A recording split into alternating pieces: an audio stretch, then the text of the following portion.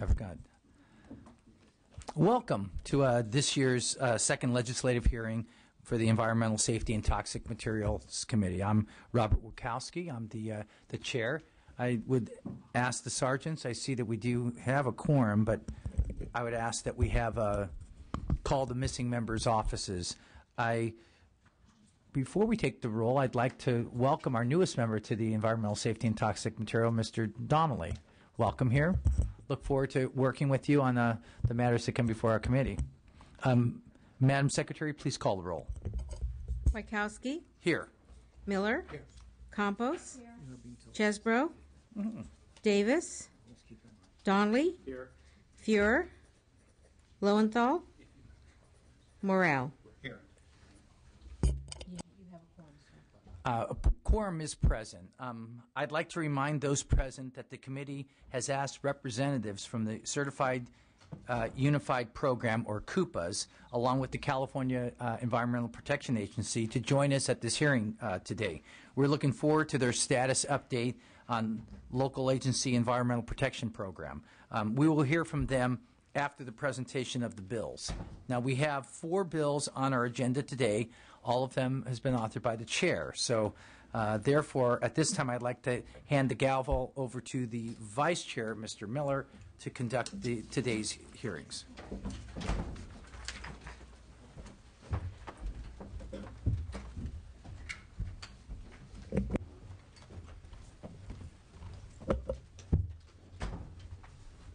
Thank you, Mr. Chair. Please proceed with your first bill, I believe AB 1442. Thank you, Mr. Vice Chair. I'd like to start off by accepting the committee's amendments listed in the analysis. AB 1442 is a bill that will allow healthcare facilities, HCFs, to ship all non-dispensable, which are unwanted pharmaceuticals designated as medical waste, and this is a mouthful, under the Medical Waste Management Act to permitted medical waste transfer stations or treatment facilities via common carriers for the proper processing in accordance with the applicable federal, state, and local laws. Now, drug enforcement agency controlled substances like Vicodin and Ritalin and Oxycontin have the highest propensity to be diverted to the underground prescription drug market. We're aware of that. These controlled substances are shipped via common carrier. So the most dangerous drugs are on common carrier at all points during the drug's lifespan. And it has not caused any diversion problems. The changes to this bill, AB 1442, will allow other pharmaceuticals to be shipped via common carrier. Just this weekend, the chair went into the drug basket that Sue maintains and started pulling out some drugs that have expired. This is one I have. Tylenol arthritis pain expired, oh my God, February 2007.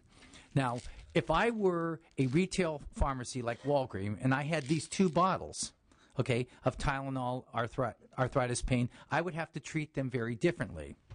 If I had this expired, non-credible bottle of Tylenol arthritis pain, I would have to hire a medical waste or hazardous waste hauler to transport the bottle of Tylenol arthritis pain.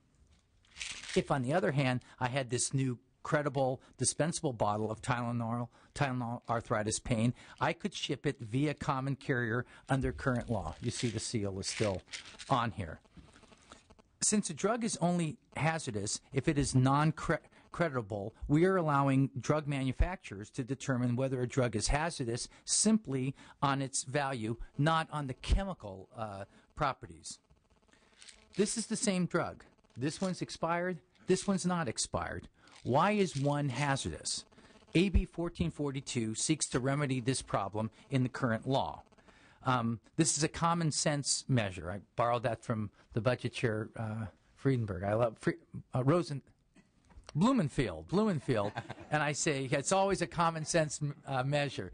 But it doesn't make sense that pharmaceuticals can be shipped from the manufacturer to a health care facilities, one of these HCFs via common carrier, but when the pharmaceuticals are non-credible, that they have to be shipped via a medical waste or hazardous waste hauler. The hiring of a medical waste or hazardous waste hauler substantially increases the processing and transportation costs associated with disposing of these unwanted pharmaceuticals and encourages, quite frankly, HCFs to illegally dispose of the pharmaceuticals via the trash or the sewer system.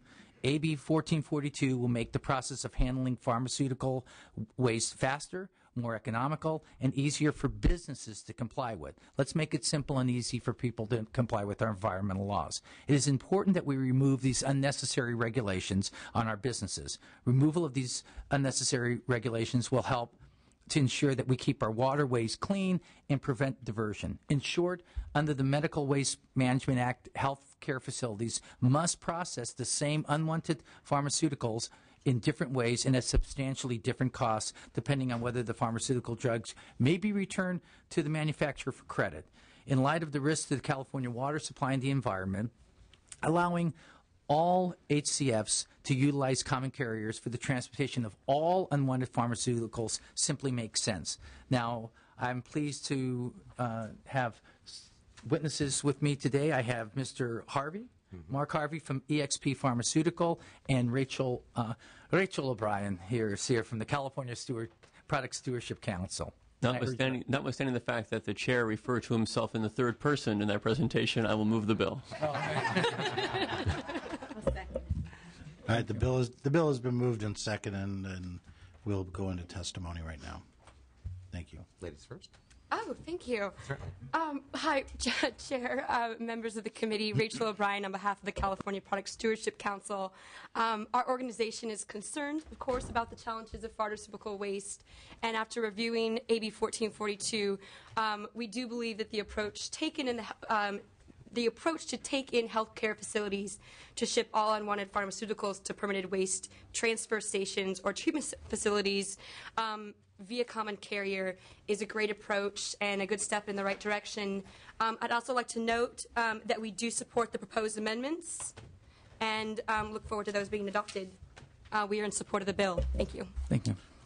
Good afternoon. My name is Mark Harvey. I'm Vice President of Corporate Operations for EXP Pharmaceutical Services. I'm not going to do this any longer. I'll bring it closer. As a pharmaceutical reverse distributor, our business is taking in credit-eligible products from hospitals and healthcare facilities across the country. We do deal with controlled substances of all types, C1 through 5, C1s being the highest propensity for addiction and diversion, C5s being the lowest. Currently, the DEA regulations allow us to receive pharmaceutical waste controlled substances. So we are currently receiving controlled substance waste via common carrier and have been doing so for almost 20 years. The changes to this Medical Waste Management Act will allow us to take in all pharmaceutical waste from our customers, not putting the burden on them to have to separate the credit eligible and the non-credit eligible, but allowing them to place it all into one box and send it to us for proper disposition, whether it is returnable or not. In some cases, leaving it up to a pharmacy to make the waste determination is risky for them also financially, because they might look at a bottle. This might be credit eligible. It is expired, yes, and it's opened as well, but a lot of manufacturers will credit for partially used containers. So although a full container is a slam dunk most of the times for return eligibility, a partial container could be as well. And if you allow a healthcare facility to make that determination at their facility, you're really putting a burden on them, not worrying so much about patient care, but, oh, is this manufacturer? Yes, no, maybe so. Oh, this month, yes, next month, no. We have a very robust research department that studies all the regulations, that also studies all of the manufacturers' returns good policies to ensure that we're getting our customers the maximum money back for them.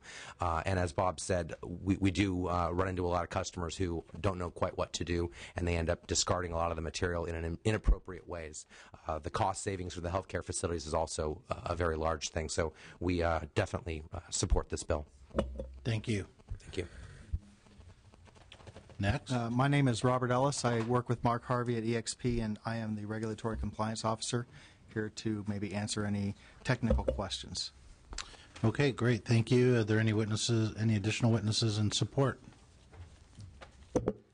Jason Schmelzer for the California chapters of the Solid Waste Association of North America in support.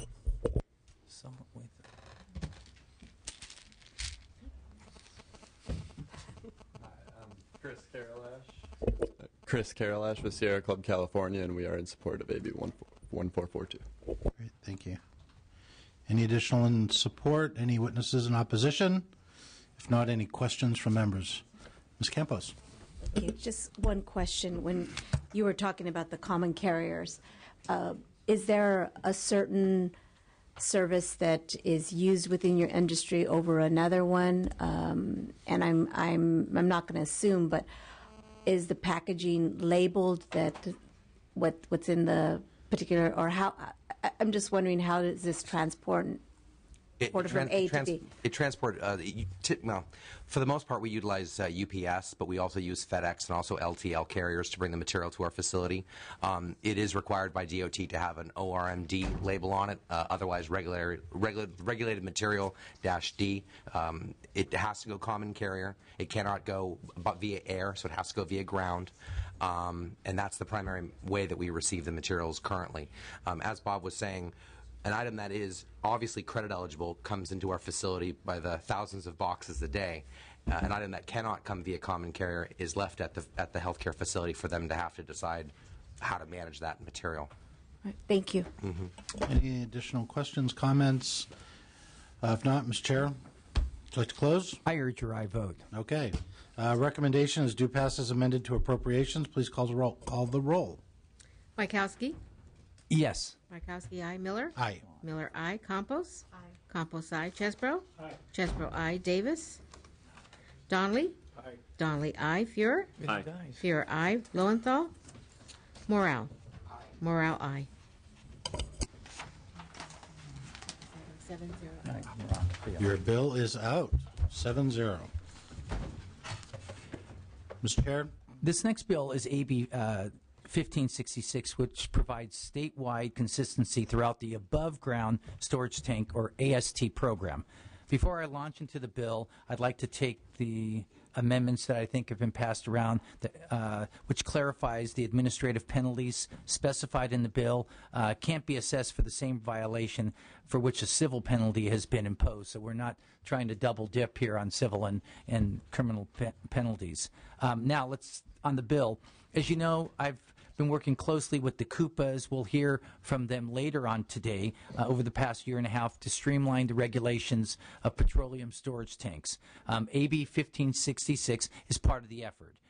This bill reduces the regulatory burden on above-ground storage tank owners and operators while enhancing environmental and public health protection in three ways. First, by assigning the statewide oversight of the above-ground storage tank programs to the Office of the State Fire Marshal, the AST law, which is enforced by the Coupas, is the only local environmental health program lacking state oversight. While 83 Coupas have sometimes differed in their interpretation of the law, this bill would require the state fire marshal to ensure consistency across federal, state, and local programs and to train the Coupas to achieve this consistency. Second, it aligns state law with the federal above-ground storage tank requirements, which will also help to ensure that the regulated community and the enforcement agencies have a clear, non-duplicative requirements. And third, it makes the above-ground storage tank penalty provisions consistent with other laws consolidated in the uniform program, such as underground storage tank program. This bill is sponsored by the California Association of Environmental Health Administrators on behalf of the Coupas. And I have Justin Milan here testifying in support. Good afternoon, members. Chair, thank you very much. Thank you for authoring this bill. It is exactly as the Chair has indicated. I don't want to belabor the point. I do want to clarify that we are working closely with the State Water Resources Control Board to tweak the last remaining issues here as the differentiation between an above and below ground tanks. And the other thing that we are working on, we've been working closely with the minority consultant. We want to make it absolutely clear that we do want to get that language right about no duplicate penalties, so we're happy to continue working with you to get that absolutely right. So with that, we urge your aye support. Mr. Chairman and members, Ralph Hine for the California Fire Chiefs Association, also in support. We think the provisions having the State Fire Marshal and the Advisory Committee will be a great step forward, and we appreciate the author's introduction and would urge your support. Jay McKeeman, California Independent Oil Marketers Association. We're technically neutral on the bill, but I guess you could qualify that as enthusiastically neutral. We have, thanks to the author and the Koopas, we've been able to work out our concerns about the shift of the program to the State Fire Marshal's Office. We met with them over the break and with the Koopas and got a lot of answers to our questions about how the program would unfold under the new administration. So amendments have been put into the bill or offered into the bill that would endure the requirements for the State Fire Marshal to have an advisory committee, and secondly, pay close attention to the federal requirements which basically govern in this situation in terms of training and the local agency's responsibility. So all of our problems have been solved, and we certainly thank the author and the Koopas for assisting in us doing our due diligence. Thank you. Great, thank you. Are there any witnesses in support? Are there any witnesses in opposition? Member comments, questions, concerns? There is a motion and a second. Recommendation is to pass as amended to appropriations. Please call the roll. Wachowski? Yes. Wachowski, aye. Miller? Aye. Miller, aye. Campos? Aye. Campos, aye. Chesbro? Aye. Chesbro, aye. Davis? Donley? Aye. Donley, aye. Fuhrer? Aye. Fuhrer, aye. Lowenthal? Morrell? Aye. Morrell, aye. 7-0. Mr. Chair, your bill is out. Thank you, Mr. Vice Chair. Our next matter is AB 1620, and this is a bill that will resolve a long-standing confusion in the regulation of businesses under our hazardous waste treatment laws. We're trying to find ways to simplify regulations while maintaining strong environmental protections. In many cases, we find regulations that can be made simpler. I've been working with local health agencies and businesses to find ways to clarify and reduce regulatory burdens. This bill resolves a conflict in interpretation of what treatment is.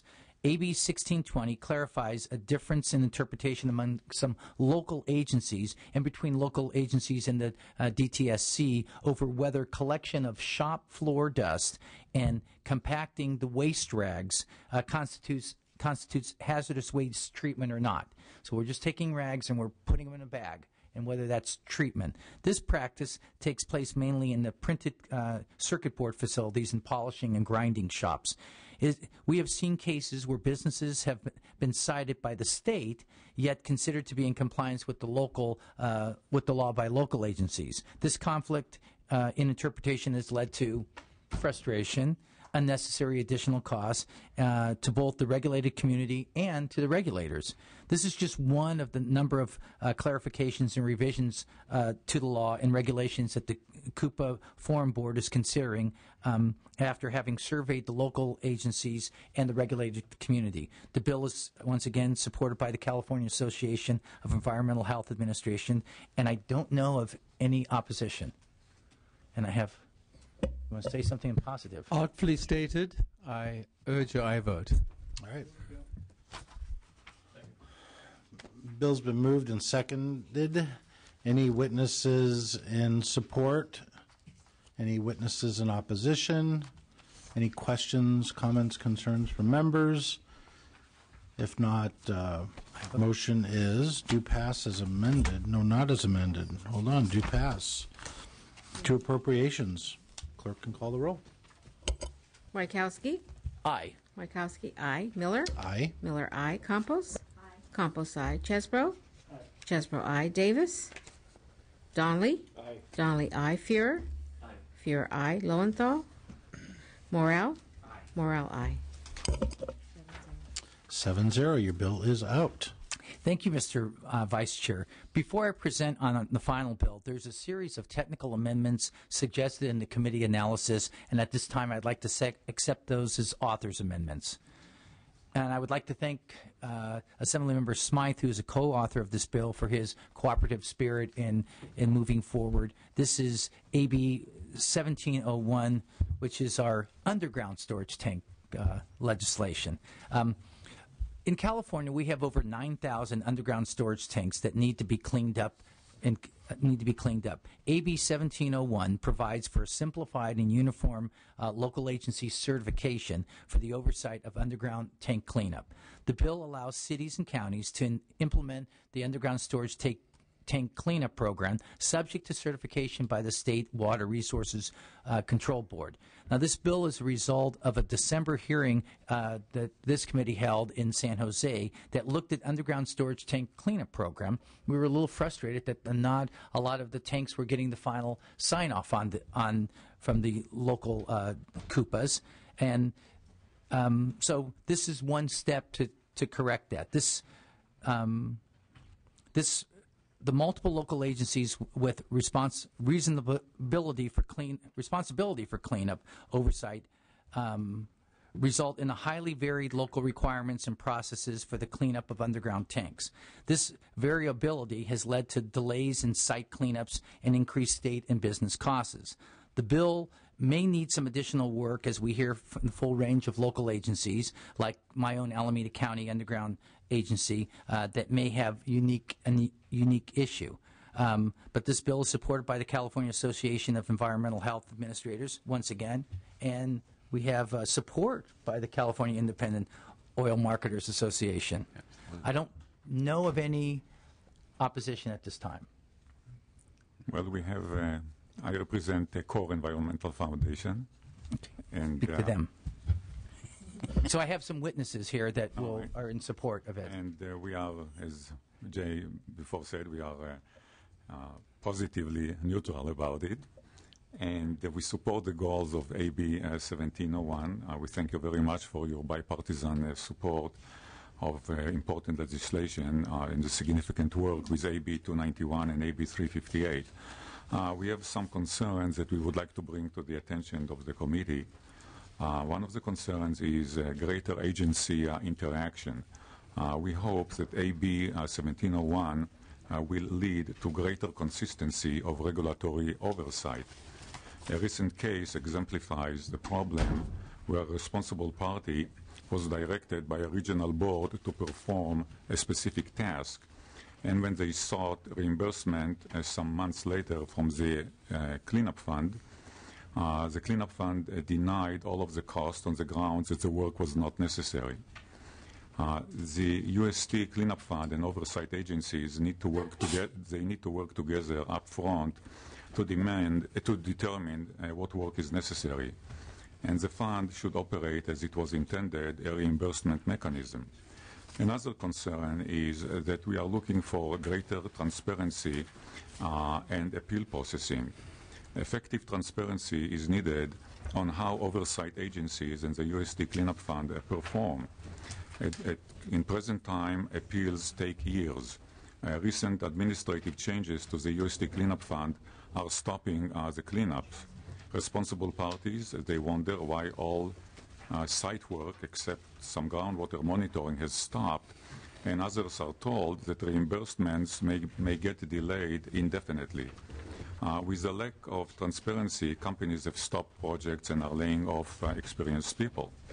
The third concern is a clarification of the sunset provision in the Health and Safety Code. The UST Cleanup Fund is scheduled to sunset on January 1st, 2016. There are scores of claimants that have been waiting for letters of commitments from the fund. There are thousands of claims that have reimbursement requests in the hundreds of millions of dollars that have not been paid, and others have appeals that are waiting processing. There are responsible parties that wish to continue the cleanup, but they are concerned that they will not receive reimbursement before the fund sunsets. The current law does not address how claimants will be reimbursed after sunset for costs incurred before sunset.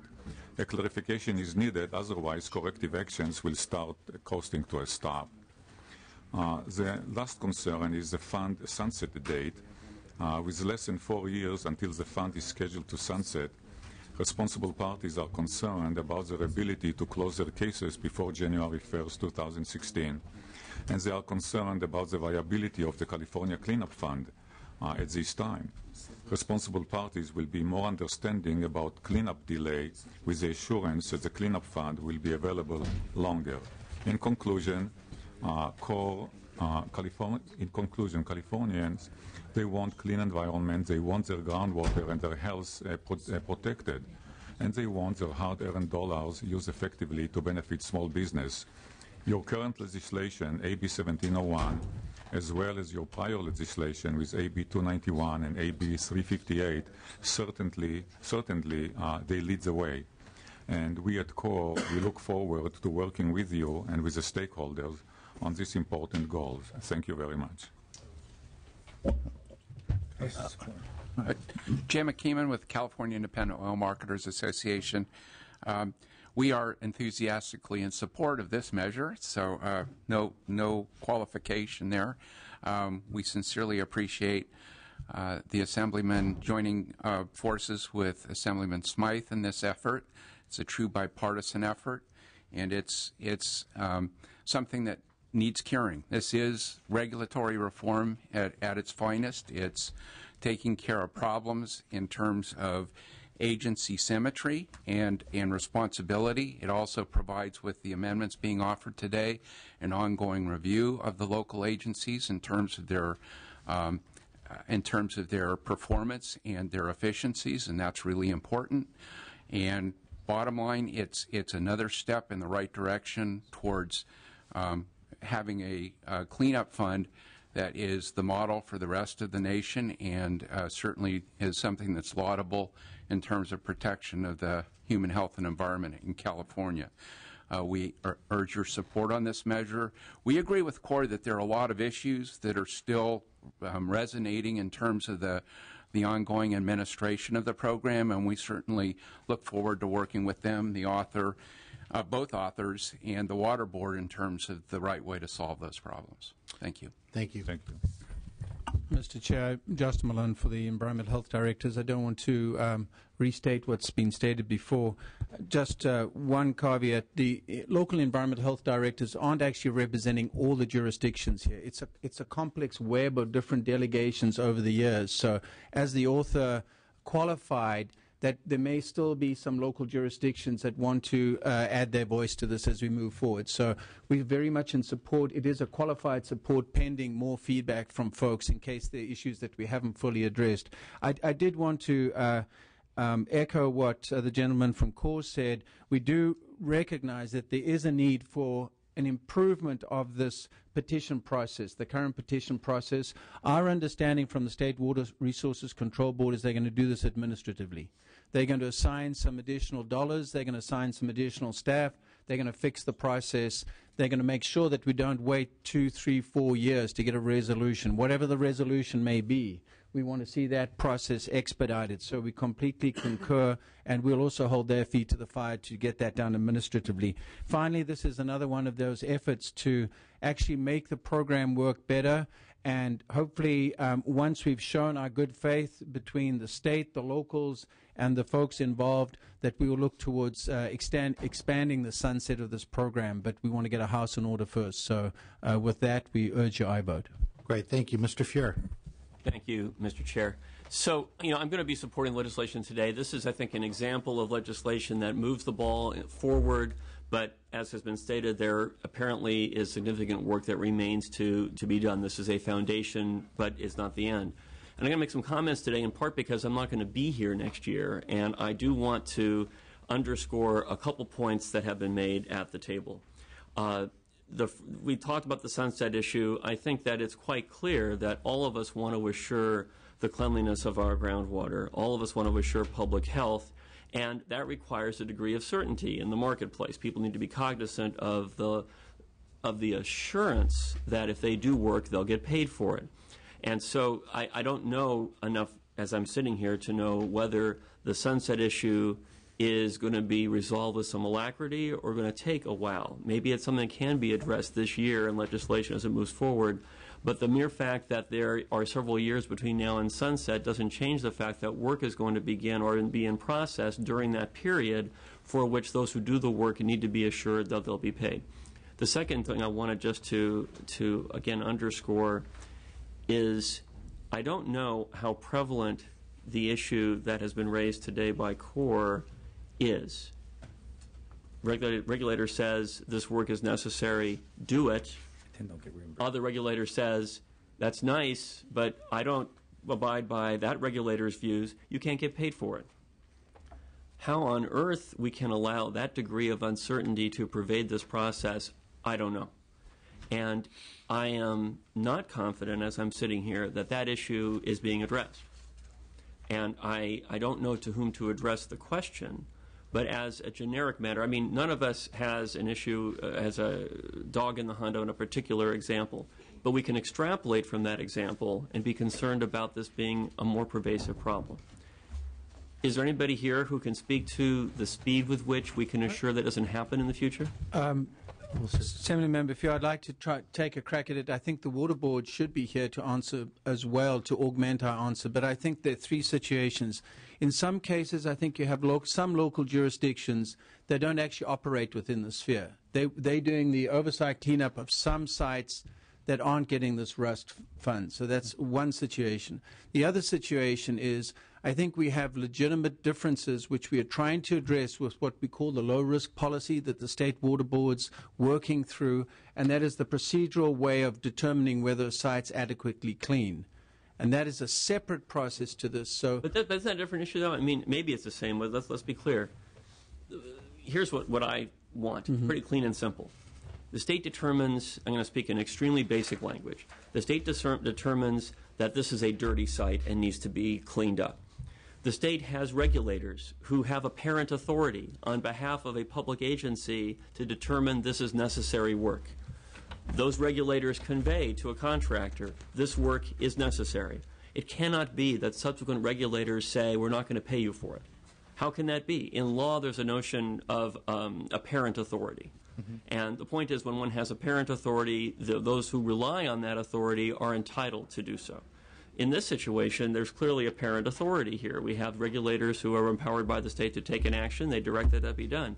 If this is an isolated example, that's one thing. I care much less about an isolated example. If it is a systemic problem, that's a different story, because how can we tell those who are conducting these cleanups, you can't really be sure your work's going to be compensated even when a state-authorized regulator tells you so. That, I would think, would grind to a halt meaningful cleanups in the future if it is a problem beyond an isolated instance. Can someone speak to that? Yes, let me try and finish quickly. But I think what I was starting with relates directly to this, and that's the clarity with which we at the local level get direction from the state as to what guidance we should use, what criteria we should use, what standards we should use to approve a site being cleaned up, and the ancillary costs. So that's the first thing. Unfortunately, it isn't that simple, because all of a sudden you get unexpected problems with the site, and then the cost escalates, or you have to go to a higher level of cleanup. There are unmitigated circumstances or mitigated circumstances that we may not foresee. The final point, Assembly Member, is that we are all working to expedite the petition process. The petition process is there to address this very issue. The problem is it takes 2 or 3 or 4 years to go through this process, and that shouldn't happen. I'm afraid that none of us has patience for hearings in which a member beats a dead horse. So I don't wish to be that member. But I do want to be perhaps a little clearer. Again, much of my question depends upon how pervasive the problem is. If not so much, someone should say this is an isolated thing, don't worry about it. It'd be useful to know that. If, however, we cannot say that, here's the concern. Or here's what the concern is not. The concern is not a subsequent series of actions beyond what was deemed necessary is performed, and the contractor, having done those additional actions, is seeking compensation for something that was not actually directed to be done. That is different from, at the outset, this is necessary work to be performed. There is no disagreement that that work was performed, and yet it won't be compensated. Those are two vastly different situations. I fully get mission creep, right? You begin a project, you start to do much more than was actually mandated in the first place and seek compensation. I have no problem with the subsequent regulator saying, hey, you were not authorized to do that. You took that on yourself. That's a different animal from what I understood the problem stated to be. And again, the key to me is is this something that is replicated again and again around the state? And really, this is something that I might suggest if the chair were interested in these issues at all. I know the chair is interested in assuring this program works by the time he leaves his chairmanship. This is among the things that needs to be grappled with, I think. Just from a public health standpoint, because who's going to do the contracting if they can't be assured they're going to be paid for it? Right, and I would say from the hearing that we had in San Jose, there was certainly some disconnect between the local agencies and the state Water Resource Board. I mean, part of and some local agencies work well with the State Water Resource Boards and some don't. Hopefully this certification process will help some when we start off. I didn't hear testimony what the Corps representative indicated today, where you had a local agency say you must do this before we sign off, and then they didn't get reimbursement. That is, I thought, what was said. It was. Yeah. No, but I didn't hear I didn't hear anybody else in San Jose. We were there for 3 hours. And I didn't hear anybody else brought that up. So it was there was some concern about how clean is clean, and when do we get, here are the sites and they're going on forever and ever, and this county's signing off and this one's not. That's a different issue, but I'll look into it, and if that is the case, I mean, obviously it's a horror story. On the transparency issue that was brought up here, that was also raised in San Jose. The State Water Resource Board, we've met with them twice. They're supposed to be taking care, clarifying or improving the process. If that's not improving, we need a legislative fix. I've told them that I want to hear from them on that bit. And I'll just remind members of the committee, we just voted last August to extend it for 2 more years. So we recently, it was supposed to expire in 2014. We did it with a sort of a partnership with all the members from both sides of the aisle, that let's extend it and then do some of these cleanups so that we can look at it. I'm very mindful of the fact that 2016 is coming around the corner, and people continue to pay into the fund as an insurance that when they need to do cleanup, the fund's going to be there, and that's a concern. But I will look into do this job and no pay. Thank you, Mr. Fuhrer. Thank you, Mr. Chair. Any witnesses and testimony of support and/or opposition? Come on up. If not, member comments. Mr. Davis. I just want to, in light of the comments that our colleague Fuhrer had about some of the issues of concern, in looking at the letter that Corps had given, I think it is important that we do know that there will be an agreement to work with them to resolve some of these issues, which obviously are performance issues that we would expect of any organization that is coming to us for approval. And so I equally would have some of the concerns that Corps has raised about the effectiveness in terms of being able to reimburse individuals for the work that they have done. Obviously, transparency is a core value for many of us. And then I don't know what the issue in terms of the fund sunset date, but again, I'm going to support it because I heard you say here that you will work with them, and I just want to go on the record to say that I agree that some of the issues that have been raised are issues of performance that we have expectation that you will fulfill what their goals are, and that is to make sure that we're effective in those areas. So I support it, notwithstanding the concerns that have been raised. Thank you, Mr. Davis. Ms. Assemblymember Campos. The bill has been moved. And I'll go ahead and second it. First of all, I did get an opportunity to attend the oversight hearing, and I know that this was one of the big issues that was brought up over and over in that hearing. And so I want to recognize your work, Member Walkowski, for being able to address this concern as quick as you have, because the tone was very different than it is in this room today with people that were testifying. So I am confident that the issues that that Corps has brought up will also be addressed as well in a timely manner. And that is why I am supporting the bill today. Thank you. Mr. Chair, any final comments? No. Okay. Recommendation for AB 1701 is due pass as amended to appropriations. Clerk can call the roll. Wachowski? Aye. Wachowski, aye. Miller? Aye. Miller, aye. Campos? Aye. Campos, aye. Chesbro? Aye. Chesbro, aye. Davis? Aye. Davis, aye. Donnelly? Aye. Donnelly, aye. Fuhrer? Aye. Fuhrer, aye. Lowenthal? Morale?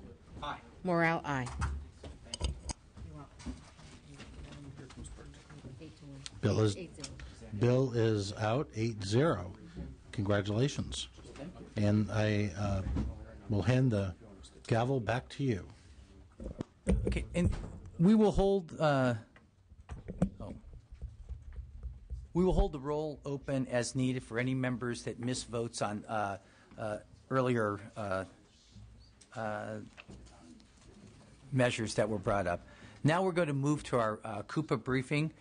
This afternoon, I've asked state and local agencies to come before the committee to provide an informal briefing on the status of California's toxic materials law enforcement.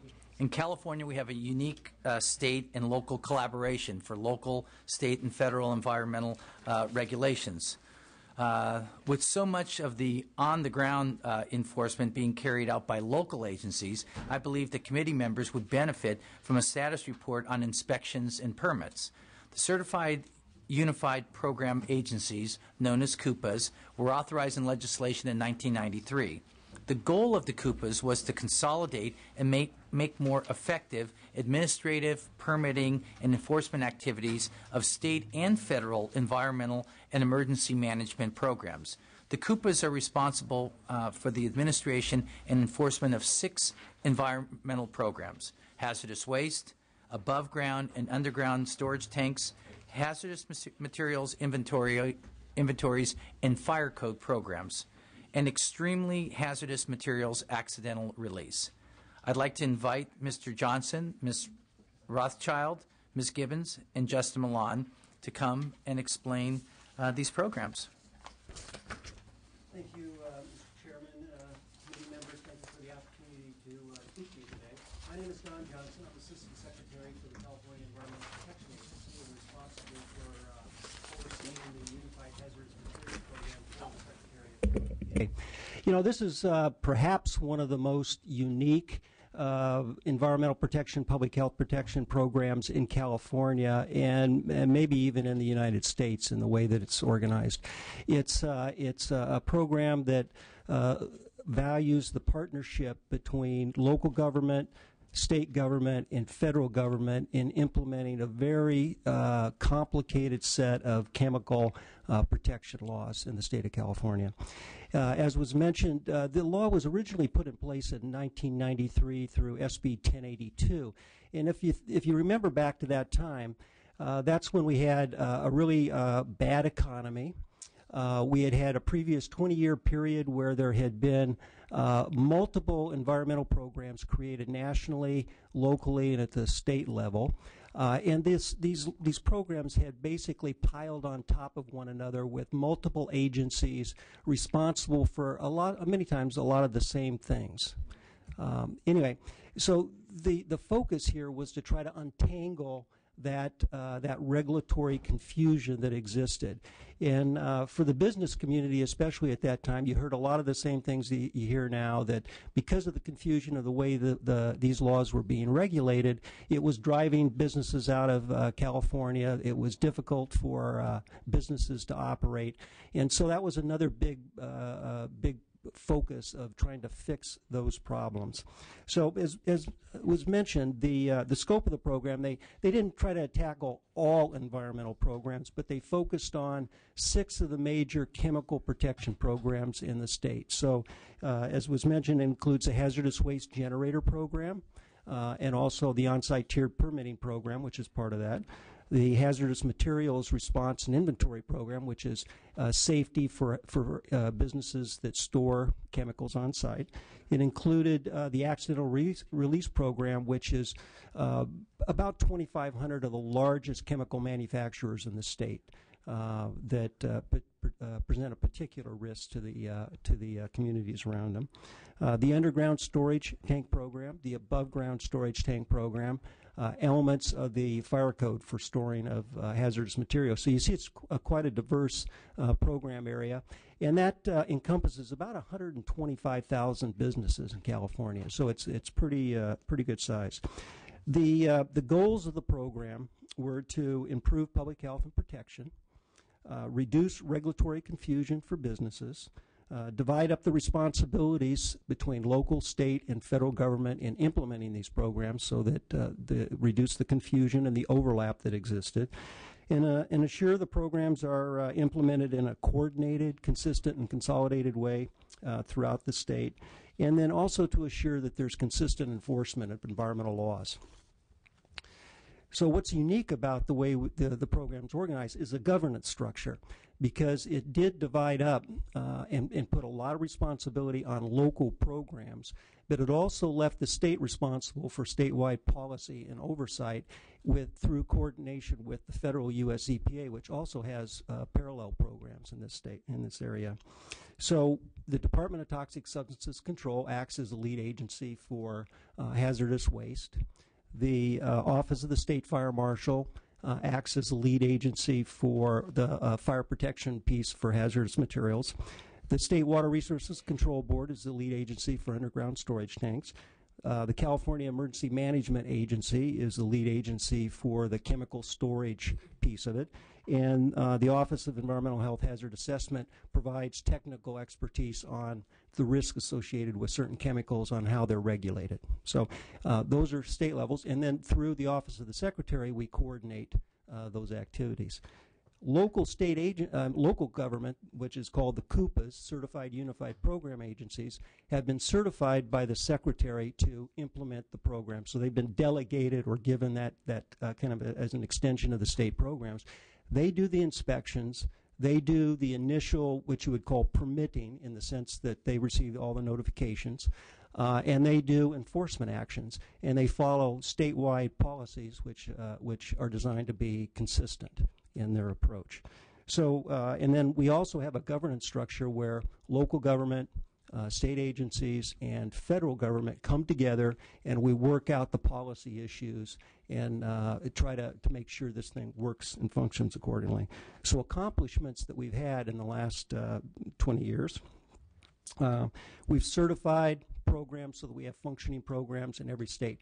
And the standards are very strict. These local regulatory programs have to show that they have an infrastructure in place, that they have trained personnel, that they have policies and procedures in place to assure that we have consistent enforcement of these environmental laws.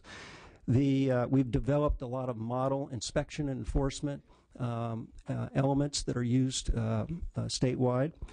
We have a program evaluation in place where programs are evaluated and improvement constantly improved. We've developed a web-based permitting system so that businesses can go online. They can basically submit all their information electronically, and we capture that, and then that can be and that goes to local CUPAs, and it also allows us to collect that information up at the state. And then we're enhancing that program so that we start collecting all of the file information or the inspection and oversight information that the CUPAs are doing. So within a year or so, we're going to have a pretty robust information system that gives you a picture of how chemicals are managed in California. And then finally, we also have a pretty robust inspection and enforcement program that's been established. So that's my comments, and that's the real quick tour of the Unified Hazardous Materials Program, and I'll turn it over to the CUPAs to talk about their local efforts. Mr. Chair, members, Justin Malone again with the local environmental health directors. I'm going to yield my time to the real experts here, so you won't have to hear me speak again. I did want to acknowledge that the environmental health directors work very closely in representing the local interests with Cal Chiefs, and Ralph Heim was here on an earlier bill representing the Cal Chiefs. So you'll see both myself, in most cases, and Cal Chiefs representing the broader program. But I wanted to introduce Kerry Gibbons and Elise Rothschild, and they're the real brains behind the talking head lobbyist here, so for you. Hi. The Certified Unified Program Agency's mission is to protect public health and safety and to restore and enhance environmental quality and sustain environmental vitality through effective and efficient implementation of the Unified Program. Currently, there are 83 CUPAs and 33 participating agencies throughout the state that regulate around 145,000 businesses, and last year performed 90,000 inspections with 48,500 enforcement actions taken. We're the people who are out there enforcing regulations, and we want regulations that are not only clearly defined, but are also productive and economically beneficial. The CUPAs ensure that businesses with large quantity of toxic gases and extremely hazardous materials have release prevention plans, that hazardous wastes are properly managed from generation to disposal, that hazardous materials and facilities are accurately reported, and that this important information is disseminated to emergency responders and is available to the public in the Community Right to Know Act. Above ground and underground storage tanks storing hazardous materials must have adequate leak detection, and this leak detection needs to be monitored and functional, and the containment equipment to protect the waters of the state must be there. And these 6 programs are consolidated and coordinated at the local level so that locally there is consistent implementation. The CUPAs promote and support partnerships with various industries and environmental protection advocacy groups, educational workshops, the website outreach, and outreach materials are provided. And the inspection program is mandated by law to have a graduated enforcement policy. Hello, my turn. The CUPA Forum consists of the CUPA Forum Board, which contains a president, a vice president, a treasurer, and a secretary. The Unified Program Administrative Advisory Group, also known as the UPAG, which is involvement with our overarching state agencies.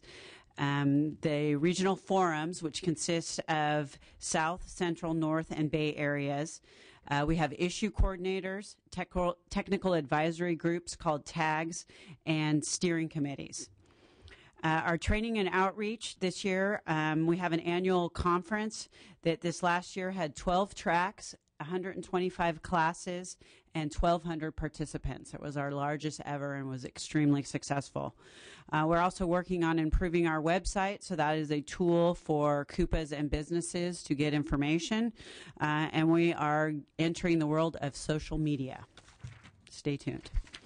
We are also developing virtual and augmented training. The CUPA Forum is motivated and driven to participate in legislative activities and concepts. Our project criteria must benefit multiple stakeholders, achieve broad industry and CUPA support, improve consistency, clarity, and efficiency for all stakeholders, and there must not be any reduction in public safety and environmental protection. Thank you for the opportunity to present in front of you today and your continuing support towards our mission. So I have a question for the local CUPA agencies. There's 2 kinds of issues. First, going forward, how can the state ensure that each of the CUPAs is rigorously enforcing the law? How are we sure that? So going forward in regards to that is, I think Dawn attested to that we're certified in regards to every 3 years we have the state agencies come in and do an audit on us, and part of that audit is our enforcement program. In addition, we are required to submit annually an annual summary report of our activities, of which that is also enforcement, a whole page in regards to formal enforcement, informal enforcement, the amounts of penalties, that kind of thing. Okay, so I guess the second part of the question is how can we require that all the CUPAs are enforcing the law consistently? So I go from one county to another, I don't get a different result because of different maybe local standards. Maybe I can answer that. I think we have that in place right now. We have over 750 inspectors in this program. We have a pretty robust training program. This year, in fact, we moved to the next element, which was to set knowledge and skills for each program element and for each period in which an inspector evolves in their career, so that we make sure we have professional inspectors out there. And then again, the state does do on-site reviews and oversight inspections with them to see that the performance is adequate. So that is all going on. And if we find deficiencies, there is a deficiency report in a corrective action or a plan put together to fix those things within the CUPAs, and all that is on the web pages right now. Well, we hear from farmers on the above ground storage tank program, and some of them are, they got to be able to look underneath the storage tank. Some of them, if it's elevated, that's good enough. There seems to be a variety. I guess on the farm things are different, but there's a maybe it's anecdotal, but folks have contacted the committee about the different inspections on what happens in that series. So I'm just, obviously we like to have uniformity and like to have everybody treated the same in the enforcement. And that training program seems to be a key, that everybody keeps up to date with the evolving law, because we love nothing better than to pass new laws here, so that you guys can have new interpretations. Mr. Milan, you had something to add. Mr. Chair, I just wanted to share with you, when we started this program, I think I recall, if my faded memory is correct, we were doing about 18 to 19,000 inspections a year. Now we are at about 98,000 inspections a year. It's a phenomenal increase in the sheer volume, and with that, you get a huge amount of compliance. The mere fact that you've got so many people in the field inspecting, I think anyone here will attest that the level of compliance has gone up enormously. But nevertheless, that does mean that we've got over 90,000 inspections. To get the consistency, we're doing three things. We're doing the review by the state oversight agency, hence the need for the state fire marshal in that program. So you have a state oversight agency that can evaluate the programs and write up where there are deficiencies. The other thing is we are constantly working with industry, with other stakeholders, with the legislature to clarify, like one of your other bills, to clarify those issues that are persistently problematic for interpretation, like the oil rags or the rag issue. Sometimes you just cannot get 82 jurisdictions to think the same way, and you've got to make a statutory change. And then finally, the training is absolutely phenomenal. We started with 200 people about 16 years ago, and now we're training 1,200 people.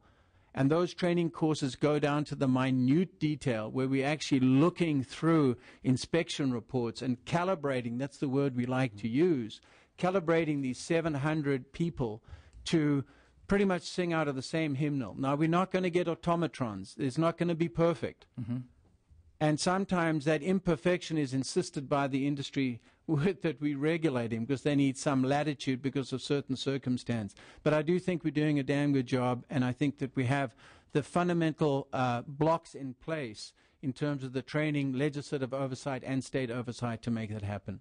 Okay. Mr. Johnson, maybe you want to respond. Local agencies they're currently inspecting facilities, and one of the concerns that have been raised is whether businesses can rely on these inspections, or are there cases where federal agencies or state agencies are carrying out additional inspections and finding the operators in violation of the same requirement that the CUPAs are enforcing. So we're hoping that the CUPAs are taking care of, they're catching everything. So I don't know if it's a real concern, but it's been raised that the state and the Fed come in and find a different answer as far as compliance. Because there are still state level responsibilities and there are federal laws that apply here. So state agencies, especially the water boards and the Department of Toxics, do have authority to make separate inspections in those areas, and on occasion do. But the difference would be that in the area of generator inspections, for example, for DTSC, I think the CUPA's made about at least 50,000 inspections in that area. The DTSC maybe did 200, and probably 60 or 70 of those were in coordination with the CUPAs during their evaluation, and then a big segment have to do with the facilities that they regulate solely, which are the treatment, storage, and disposal facilities. So, but there is a very small set where they might get a complaint where they would do a separate inspection, but our protocols require that the Department of Toxics coordinate with the CUPA, and the CUPA may go out on the inspection with them at that time. And likewise with the Water Board when they do their actions. Now, occasionally also the Water Board has a criminal investigation unit, and they might take a separate action, but that's very limited. We're worried. And you can see the concern with the same requirement that the CUPA is supposed to have oversight, and then the state comes in and says, you're supposed to be enforcing this, and you're deficient. I get the wastewater treatment plant or something that's not within the CUPA's jurisdiction. Last year, the governor signed a measure that continued the payment from the Environmental Protection Trust Fund. There's approximately $1.85 million in that fund. Can you tell us the status of getting those payments to the local agencies? Well, currently, because of the budget problems that the we call it state, an embargo. Yeah, it's an embargo. The state is having those funds are not available for expenditure at this time, and the Department of Finance would have to reply as to when they'll be made available to us. I'll ask the rhetorical question. What might we see if those funds were released as far as the local agency? What type of impact may that have on the programs Mr. Milan outlined or other things that the responsibility of these? Yeah, originally those funds are used specifically for the above-ground storage tank program, and they were originally collected as fees on industry for the regulation of those above-ground tanks. But when the program transferred from the state water boards to Coupas to do the regulation, there was still a pot of money there. I think it was about $7.5 million. And the legislation provided that those monies would be used for training and initial program implementation. And so that's really what, during the last 3.5 years, how those 4 years, that's how those funds have been used. So we've drawn down from the original $7.5 or $8 million, I can't remember the exact amount, to the 1.5 at this point. And there are still some local programs that have some training costs that they could charge against that particular fund once the funds are made available. Okay. Other members? I want to make some brief observations.